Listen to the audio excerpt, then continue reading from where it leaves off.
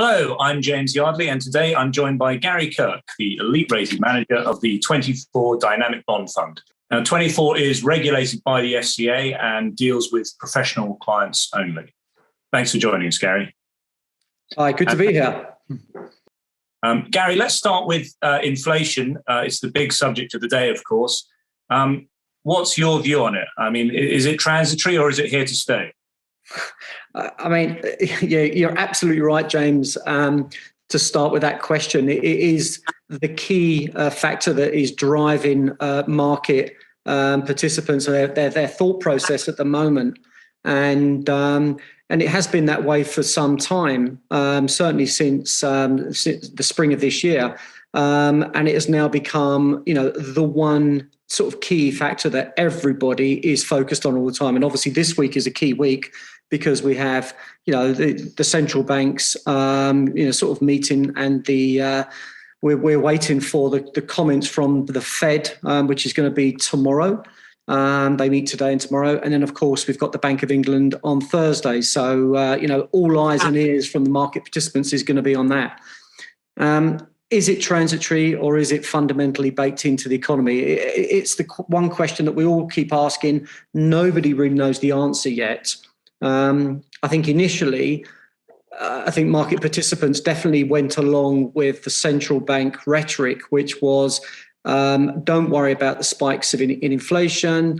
However, I think that transitory is one of those terms that nobody really knows how long transitory actually is. And this has now been the central bank rhetoric for a long time. So I think that people now are becoming a little bit more skeptical about whether or not this inflation that we're seeing is purely transient in nature.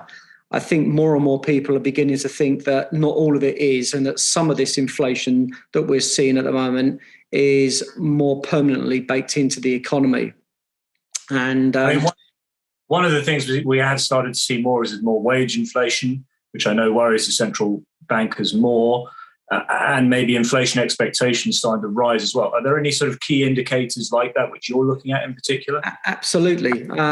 With obviously the Fed are the key players here. I mean, they're the ones that drive, the sort of the global market really, and they've got a dual mandate. And the dual mandate of the Fed is for employment, right, to sort of maximise full employment, and of course price stability. They're the two key, i.e. inflation. They're the two mandates, or the dual mandate, that the Fed has, and quite rightly, or I guess that after or during the pandemic, the key was actually making sure that employment was brought down to an acceptable level, and they were prepared to let inflation run hot whilst focusing on getting jobs down. And that is, still a key issue. However, it's a dangerous game to play when at the moment we've got about 4 to 5 million jobs still to sort of find for those consumers that are in need of permanent employment. We need to get that, or the Fed are aiming to get that down to about 4% unemployment rate. So that works out to be about 4.5 million jobs. However, the participation rate is one that's very low at the moment. And participation rate is those number of people aged between 16 and 64 that are either in full employment or looking for employment. That number's very low at the moment, which is a little bit of a nagging, while the market is having a little bit of a nagging doubt about whether focusing on this last 4 or 5 million is actually what the Fed should be doing. Because it may well be that COVID has actually psychologically changed a lot of people who might be coming close to that 64-year-old age, will no longer look for a job because they've got enough savings, and they've sort of all right, I'm not going to bother sort of even looking for a role anymore. And some of the younger people that may be a little bit more, well, let's just give it another year, and I'm in no rush.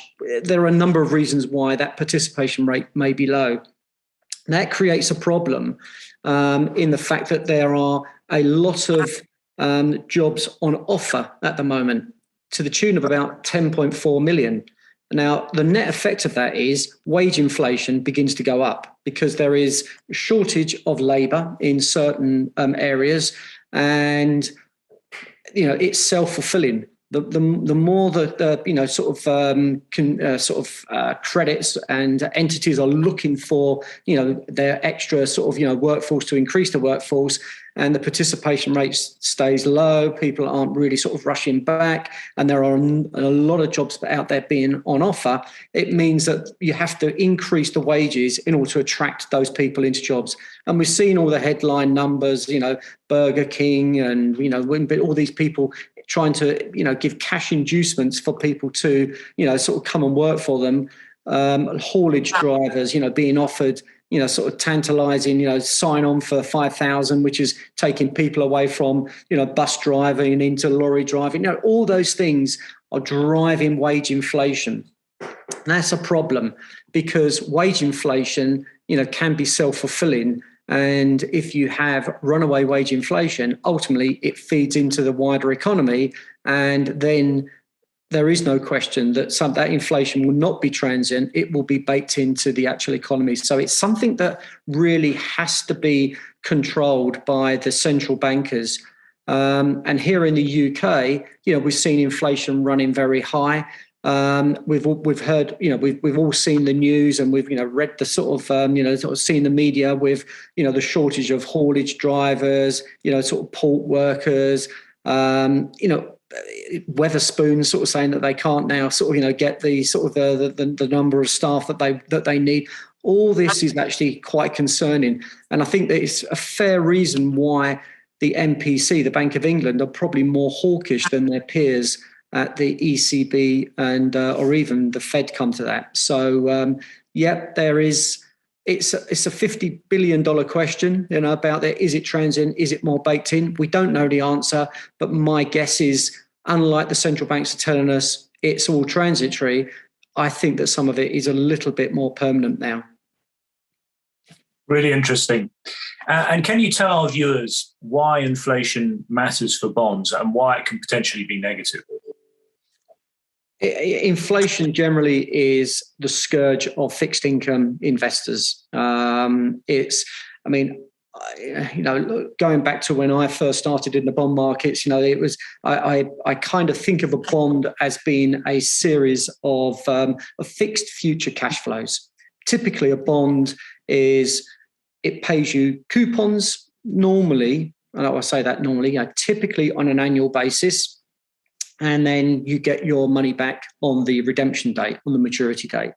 And those fixed coupon payments are fixed at the time you buy them. So if we have constant inflation, then it's clear that the purchasing power of those cash flows, of those annual coupons, will be reduced. So to make it really simple, say that we invest in a million bonds at a new issue, and it pays a 6% coupon. So in a year's time, I pay my £1 million, I buy my bond, and that 6% coupon, that pays me £60,000 after year one. Simple. Now that £60,000 has a certain amount that it can buy. At the moment, take any asset, a car. So that investor decides, I'm going to buy myself a new electric vehicle. It costs £60,000. So my one coupon will buy that car. Easy. However, when there's inflation, the next year down the line, Mr. Smith with his 60,000 coupon coming in decides, I'm going to buy another new car, or replace the car. But inflation has increased the price of those assets, so we've increased the price of a car. Now, at the moment, new cars are going up, 8, 9, 10%. So that 60,000 car that you bought with your first coupon, the next year, it's gone up, say 9%. So it's actually gone up to £65,500 or thereabouts. But you investing in that fixed income bond will only get another 60,000 your next coupon. So you're £5,500 less purchasing power than you had the previous year. So you can see that inflation eats away the actual purchasing power of your bond. So bond investors will say, well, hang on a minute, this isn't right. I demand a higher yield because inflation has gone up over the year. And as we all know, as yield goes up, price goes down of a bond. There is obviously a sort of negative correlation between yield and price. And so therefore, if investors demand a higher yield for that bond because it has less purchasing power, then the price has to go down. And that's why inflation has a negative impact typically on fixed income. And yes, we are now sort of expecting interest rates to go up in the UK pretty soon, I think, and perhaps later, as you say, in the US. Is there a cap on how high those rates can go? I mean, we've all become so used to this low interest rate environment. I mean, there's a question of how much we can really take in terms of interest rates. Absolutely. I mean, I think this is the balancing act that central bankers will have, because if inflation is more baked into the economy, then they need to raise rates to curb that inflation, to temper it down. However, they don't want to raise rates too fast, too hard, in order to choke the economic recovery before it's really got going. And remember, we're not even back to where we were in sort of pre-2019 levels. So, yes, we've had a quite a rapid recovery from the depths of the COVID pandemic, but we're still not back to where we were in 2018, 2019. So it is a very, very difficult balancing act of what the central bankers do from here. Now, one of the other things it's almost unprecedented in this particular cycle is how much momentum, how quickly this cycle has turned. And I'm talking about the credit cycle here. We've gone from recession in Q1 2020 into the recovery sort of phase, and now we're really in a mature phase, or sort of, I would say, sort of a medium to mature phase of the credit cycle. The rate cycle is obviously behind because we haven't yet started the rate increase, but unlike the last rate cycle, which was, I guess, 2015 to 2018, the Fed got away with about 9 rate hikes. This time round, by the time they start hiking rates, which will be probably at the earliest, the end of 2022, I think they will be lucky if they will get in 6 or 7 rate hikes. Maybe Fed funds, which are currently 0, will get to 2%, maybe. I think they'll do pretty well. Here in the UK, in the last rate cycle, we were hampered in the middle because of the EU referendum, which was obviously in 2016. So we didn't get the number of rate hikes away, the Bank of England, like the Fed did. This time round, I think the Bank of England will be the first to move. But I would still be surprised if they moved rapidly and if they moved in large size. So I think that it will be incremental increases in the base rate. There's a 50% chance they move this particular week. I think they'll probably do it in December. But I would still be very, very surprised if the Bank of England could get base rates much above 1.5% by the time they have to then halt or even begin to reduce, i.e. when the cycle sort of turns. So, if you think about a base rate of maximum 1.5%, that would put 10-year gilts, which is the benchmark that we all look at, for where corporates typically borrow over, 2% would probably be, the right sort of level. So it's about 100 basis points from where we currently are in the marketplace. So I think the market is a little bit ahead of the central banks here in where they sort of ascertain when rates are going to start to move and where they will probably finish up. That said, 100 basis points in the 10-year still equates to about 8.5 points in price. So still not the trade that you want in your portfolio yet. You wouldn't be buying gilts, you wouldn't be buying US Treasuries at this stage of the cycle. Yeah, so coming on to your fund then, so you have the advantages of a very flexible mandate. Mm-hmm. How are you able to make money in this environment? What are you doing at the moment? Well, I think the first thing is, typically we would normally want a balanced portfolio. We'd want some rates and we'd want some credit, as a bit of a balance. But at the moment, as I say, having a strategic position in rates, in government bonds, it's just not viable. So therefore, we think there's far too much volatility and headwind to come. So therefore, we don't have any exposure to duration, and we don't have, we don't have any exposure to rates, government bonds. That's first and foremost. That said, we are still going to, fixed income bonds are still going to have some contagion effect when duration, rears its head and rates go higher. So it's important to position the portfolio in a defensive sort of positioning. So therefore, the obvious thing to do is to avoid long-dated bonds, because the longer the dated the bond, the more duration sensitive it is going to be. So we want to be at the medium to shorter end of the credit curve of the maturities, and we also want to have a number of credit spread basis points. We want some spread built into the portfolio to compensate us for the likely increase in rates, which will then go along with a likely increase in the volatility. So we want to avoid typically investment grade bonds that are very, very correlated to government bonds.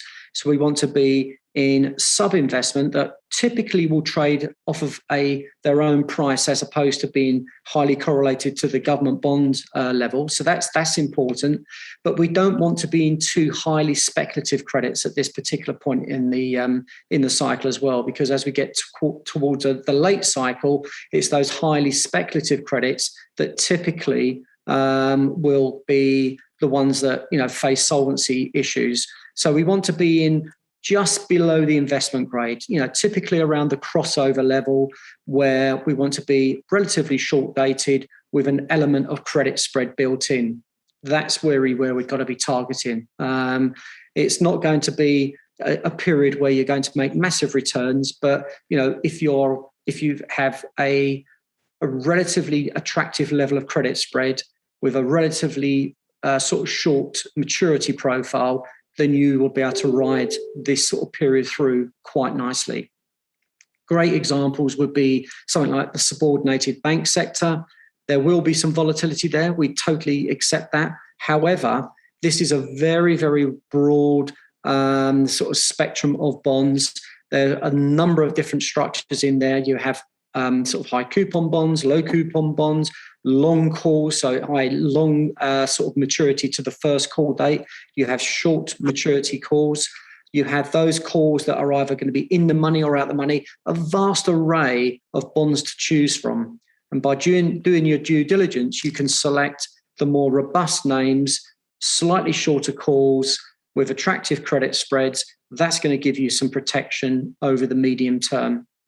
And then, of course, we also look at other sectors of the market which will protect us very well.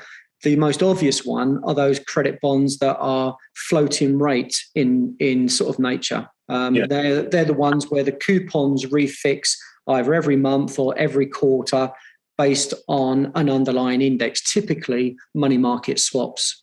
And so therefore, when inflation increases, rates go up, the swap rate goes up, and your coupon goes up. So therefore, you're protected that way. And asset-backed securities, ABS, is typically structured in this way. They're structured as a floating rate note. We particularly like European CLOs. These give us exposure to leverage loans, but in a bond format, in floating bond format. And they have normally an attractive credit spread, typically because of the complexity premium that's embedded in them. They typically reset on a quarterly basis. So at this particular point in time, they're actually offer quite a high degree of inflation protection that's actually built into them. So I would say that that's really where we're looking at. Floating rate note where we can find it, and where we can't, around the crossover type rating, so they're less sensitive to duration, with a high degree of credit spread margin built in, and hopefully at the shorter end of the credit curve. If you focus on that, then the portfolio will actually perform reasonably well. Brilliant. Well, that's been really interesting. Thank you very much for joining us today, Gary. Not all, always a pleasure. Thank you, James. And if you'd like to learn more about the 24 Dynamic Bond Fund, please visit fundcalibre.com.